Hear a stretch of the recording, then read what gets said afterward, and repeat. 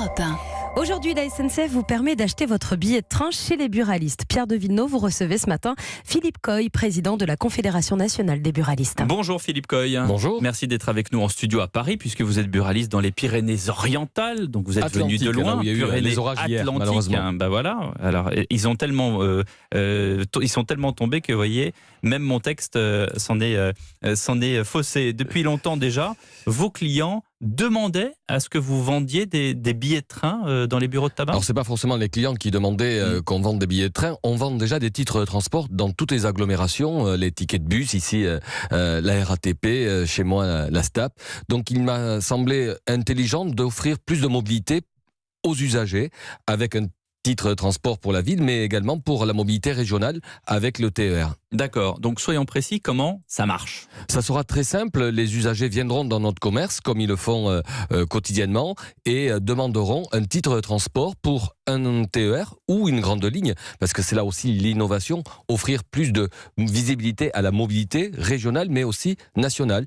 Et le buraliste disposera d'une petite tablette avec un applicatif très simple et pourra ainsi vendre le titre de transport à l'usager. C'est une tablette qui est fournie par la SNCF? Tout le matériel, bien sûr, et le développement informatique a été porté par la SNCF et c'est quelque chose qui sera très simple d'utilisation pour le buraliste. Mais vous savez, on est déjà aujourd'hui dans un monde très digital. Donc c'est une tablette, c'est relié, j'imagine, au réseau de la SNCF. Donc si il y a eu un problème avec le ticket, avec le billet par la suite, la SNCF peut gérer. Tout à fait, ça sera le cheminement, je dirais, classique pour l'usager. S'il y avait un souci, un remboursement, un échange à réaliser, c'est pas le buraliste qui le fera. Oui, on est là pour faire la vente et tout ce qui est le SAV sera fait par les canaux classiques. Pas d'échange, pas de remboursement. Pas d'échange, pas de remboursement, de la vente, du conseil et de l'humain. Mais justement, est-ce que à ce propos, vous craignez pas les mécontentements? Certains qui vous disent, j'ai acheté mon billet chez vous, donc c'est à vous maintenant de vous occuper de moi. Écoutez, on vend déjà plein de produits aujourd'hui dont on n'a pas la charge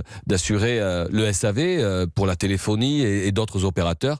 Donc c'est des relations clients que nous avons l'habitude de gérer et l'usager comprendra bien qu'on est là pour lui vendre un billet et pas forcément assurer toutes les démarches à suivre. Oui, vous craignez pas de tomber sur des usagers un peu obtus? Il y en aura certainement, je n'en doute pas. C'est notre quotidien. Vous savez, quand on accueille 10 millions de clients tous les jours, il y a forcément quelques couacs. 10 millions par jour dans un bureau de tabac ou dans tous les bureaux de tabac de France? Pas dans un, ça serait formidable et ça ferait des files d'attente peut-être trop longues, mais le réseau, les 24 500 buralistes accueillent au quotidien 24 500 points de vente, 10 millions de clients par jour.